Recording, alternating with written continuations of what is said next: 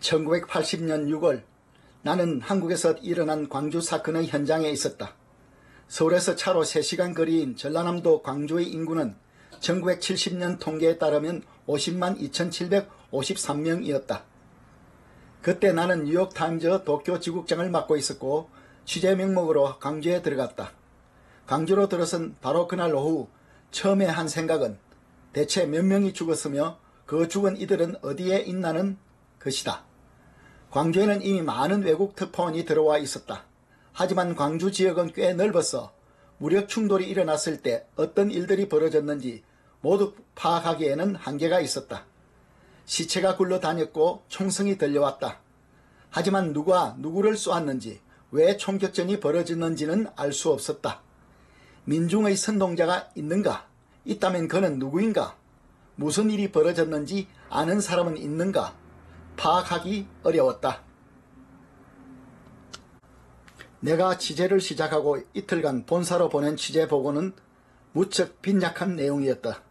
사건 당시 나와 미국 언론사 기자들은 전혀 다른 내용의 기사를 썼다.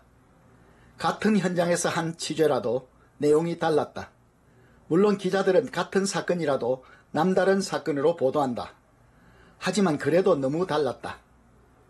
1980년 5월 광주에서 일어난 사건은 10년이 지나서도 어떤 일이 있었는지 분명하게 밝혀지지 않았었다.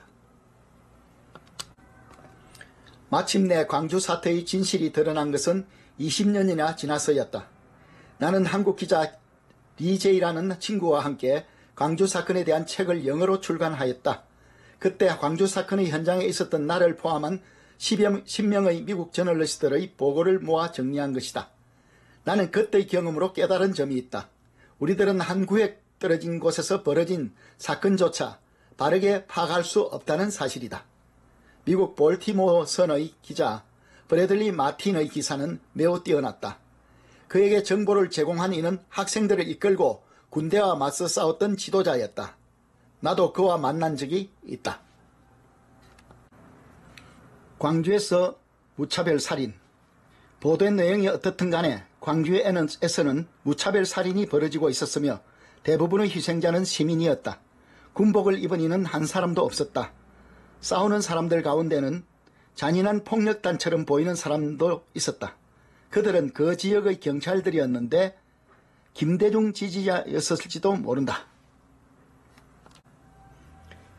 베이처는 기자들의 정보원으로서 난징 대학살 보도의 중심적 역할을 맡았다.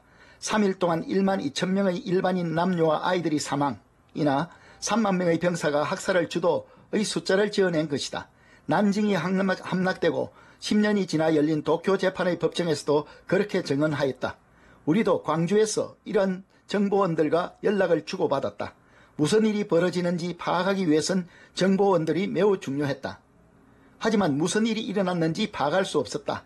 사망자가 몇 명인지 심지어 앞에서 언급했던 학생 지도자의 이름조차 그때는 몰랐다. 20년이 지나서야 그의 이름을 알 수 있었다. 나는 1937년 난징에서 일어난 일들도 마찬가지라고 생각한다. 현장의 기자들이 사태를 장악할 수 있었을 리가 없다. 지금부터 읽는 대목은 내가 만난 아시아 지도자 편에 있는 김대중과의 만남을 회고하는 대목입니다. 카멜레온 같은 정치가 김대중. 김대중이 2000년 노벨 평화상을 수상하였다. 그해 한국 대통령으로서 처음으로 북한을 방문하여 남북 평화에 공헌하였다는 것이 수상 이유였다. 그러나 오늘날 남북 관계는 조금이라도 개선되었는가? 본디부터 노벨 평화상은 명확한 기준이 없는 상이다. 2009년에는 오바마 대통령이 평화상을 수상하였다. 유례없는 인기에 힘입어 대통령에 취임한 지 겨우 8개월 만의 일이다. 베를린 연설에서 핵무기 폐지를 호소하였다는 것이 수상 이유였다. 아예 세상에서 질병을 없애자고 주장하지 그랬는가? 2013년 평화상은 화학무기 금지 조약을 바탕으로 설립된 화학무기 금지기구가 수상하였다. 시리아가 화학무기를 선언한 바로 뒤의 일이었기에 모두 주목을 끌었다. 그러나 시리아의 독가스 무기 제거 작업은 이제 발걸음을 떼었을 뿐 실제 성공을 거둘 수 있을지는 의심스럽다. 2012년에는 유럽연합이 수상하였다. 유럽연합은 경제 파탄으로 금융위기를 겪고 있었다. 영국에서는 유럽연합에서 탈퇴해야 한다는 여론이 힘을 얻고 있다. 김대중과는 취재를 위해 30분 넘게 만났다. 아시아 여인 가운데서는 가장 많이 만난 인물이다. 김대중은 전남 하이도의 가난한 마을 출신으로 언론이 자신을 어떻게 다루고 있는지 과하게 신경을 쓰는 남자였다. 코미디언 같은 정치가로 언제나 상황에 자신을 맞추어 카멜론같이 변신했다. 김대중은 군대에 입대한 적은 없으나 일본 제국 육군에 지원하여 근무한 적이 있다. 제2차 세계대전에서는 일본 하사관 군복을 입고 있었다. 그의 인생에서 가장 극적인 연출은 한국 대통령으로서의 첫 북한 방문이었다. 이로써 세상의 주목을 한눈에 받을 수 있었다. 내가 처음 김대중과 만난 것은 그가 아직 야당에 있었던 70년대였다. 그때 그는 일본과 미국을 옮겨 다니며 민주화 운동을 이끌었으며 인권운동가로서 주목을 받고 있었다. 73년 8월에 김대중은 도쿄 구단시타의 그랜드 팰리스 호텔에서 실종되었다. 한국중앙정보부 KCIA가 납치했던 것이다. 납치된 그는 일본을 떠나 배 위에서 살해당할 뻔했지만 군용기가 배 위에서 선회하고 있어서 목숨을 구할 수 있었다. 그 뒤로 김대중은 서울 자택에 연금되었으나 76년 민주구국선언을 발표하여 체포되었다. 80년 2월에는 공민권이 회복되었지만 5월에는 다시 체포되었다. 이것이 원인이 되어 광주 사건이 일어났다. 군부는 민주화 요구 데모를 진압하였고 유혈 참사가 벌어졌다. 김대중은 미국을 상당히 경계하였다. 따라서 한국 땅에 미군이 계속 주둔하는 것을 받아들일 수 없었다. 김대중의 항의 행동은 과격했고 주목을 끌었다. 한국에서 그 누구도 이만한 규모의 반정부 활동을 한 사람은 없었다. 나와의 인터뷰에서 김대중은 언제나 민주화 투사라는 이미지를 연출했다.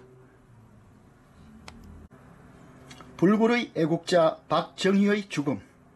79년 10월 26일 박정희 대통령이 돌연 중앙정보부장 김재규에게 암살당했다. 박정희는 61년부터 70년대 끝 무렵까지 산업화를 크게 성공시키면서 정권을 지키고 있었다. 박 대통령이 암살당하자 권력은 바로 군부로 넘어갔고 군이 모든 것을 통제했다. 군부는 김대중을 반군 민주화 운동의 중심 인물로서 위험하게 여겼고 기회를 보아 제거하려 했다. 나는 김대중 저택을 찾았다.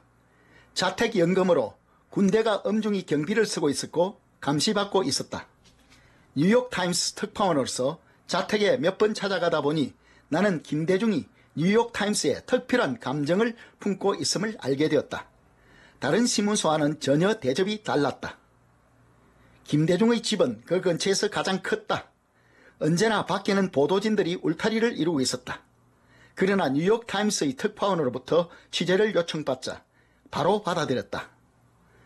마침내 미국이 김대중을 구했다. 미국의 민간 조직과 언론이 김대중을 지지하였다. 뉴욕타임스는 김대중 구하기 그 선두에 서 있었다. 나는 1980년 봄에 서울을 거점으로 하여 도쿄를 자주 왕복했다. 김대중이 인생에서 가장 큰 위기에 처해 있을 때 그와 직접 만나 취재를 거듭했다. 마침내 나는 김대중을 한국 민주화 운동의 중심 인물로 내세웠고 사설을 통해 김대중이 어떤 이유로도 처형당해서는 안 된다고 주장했다.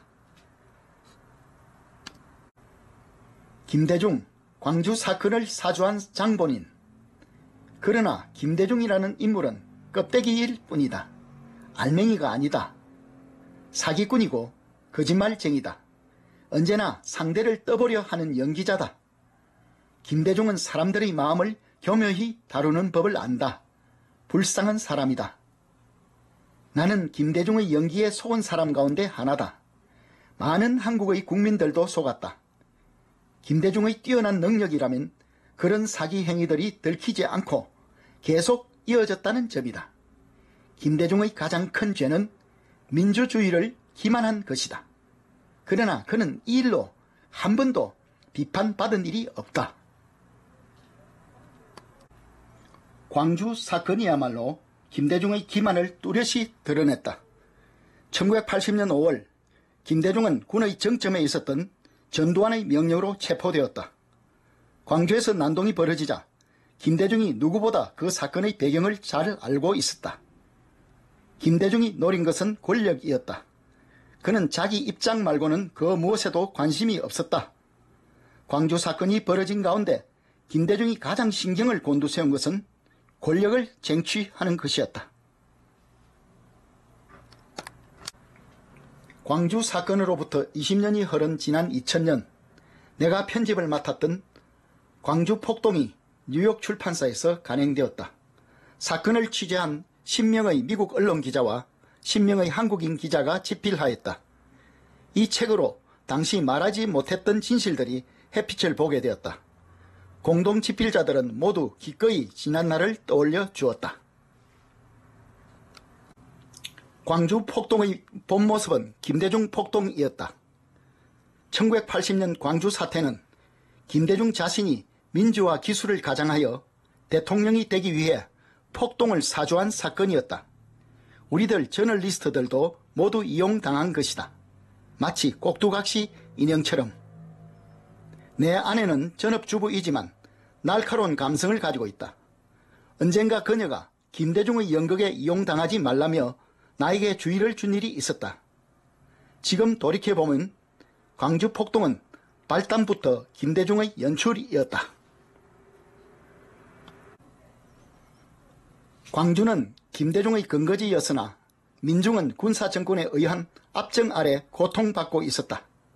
김대중이 의도한 바는 아니었지만 그것이야말로 그의 전략에 들어맞았다. 광주 폭동은 김대중이 의도한 대로 이루어졌다. 나는 광주 폭동을 쓰기까지도 김대중의 역할이 그렇게 클 것이라고 상상치 못했다. 폭동이 일어났을 때 그는 감옥에 갇혀 있었고 그 뒤 사형이 선고되었기 때문이다. 김대중의 목숨을 구한 사람은 미국 대통령에 취임한 로널드 레이건 관계자였다. 1980년 가을에 군을 장악하고 있었던 전두환 대통령은 레이건 정부와 밀약을 맺는다. 레이건 대통령을 처음 방문하는 외국 원수로서 전두환이 워싱턴에 초대받는 대신 김대중의 처형을 초래했다. 이처럼 레이건이 김대중의 사형을 막으려 힘쓴 것은 김대중이 민주화 운동의 기수라는 이미지가 미국에 침투해 있었기 때문이었다. 김대중 일파가 폭동을 일으켜 광주를 점령했을 때에도 서구 언론들은 하나같이 민주화의 영웅으로 김대중을 치켜 세웠다. 물론 군부는 악당이었다. 영웅과 악당으로 나뉜 이 선입견은 오래 이어져 왔다. 어쩌면 지금까지도 회복되지 않았을지도 모른다. 지금도 미국에서는 김대중을 민주화를 이끈 영웅으로 널리 믿고 있다. 그러나 김대중은 영웅이 아니었다. 지금에 와서는 후회스러울 뿐이지만 나는 그때 상황의 본질을 파악하지 못했다. 광주에서는 3,000명 이상 학살당했다. 시민들뿐만 아니라 병사들도 죽었다. 김대중에게 그 책임을 물어야 할 것이다.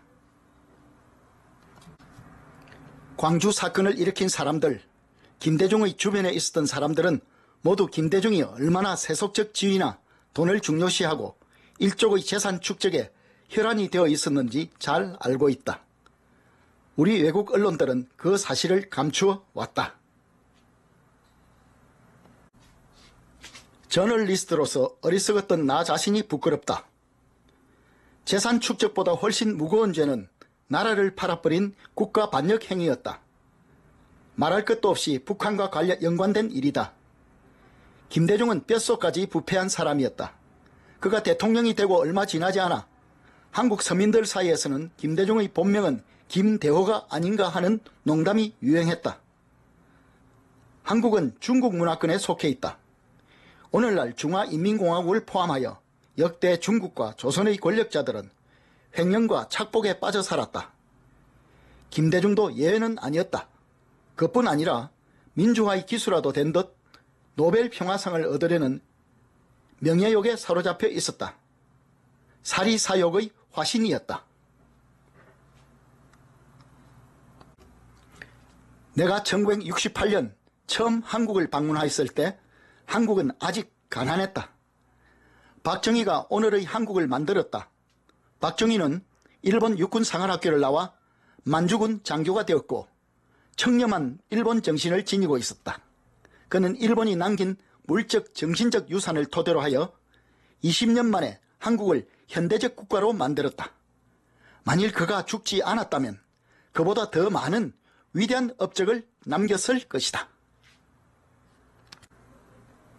60년대부터 80년대까지 한국은 언제나 위험한 곳이었다.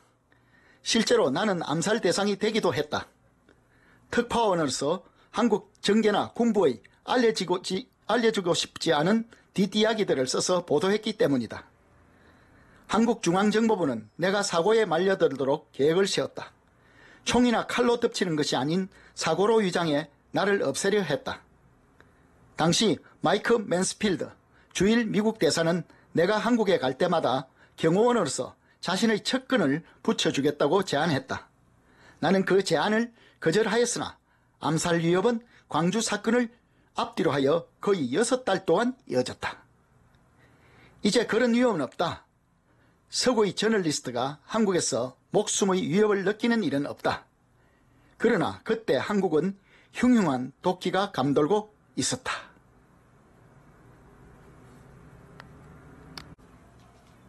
북한의 꼭두각시 김대중.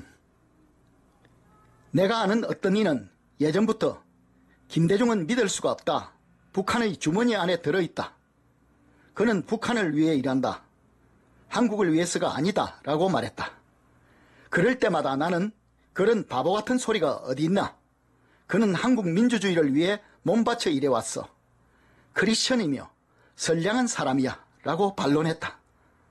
그러나 틀린 사람은 나였다. 김대중은 대통령이 되자 바로 북한의 꼭두각시임을 드러냈다. 나는 저널리스트로서 그저 스스로의 어리석음이 부끄러울 뿐이다.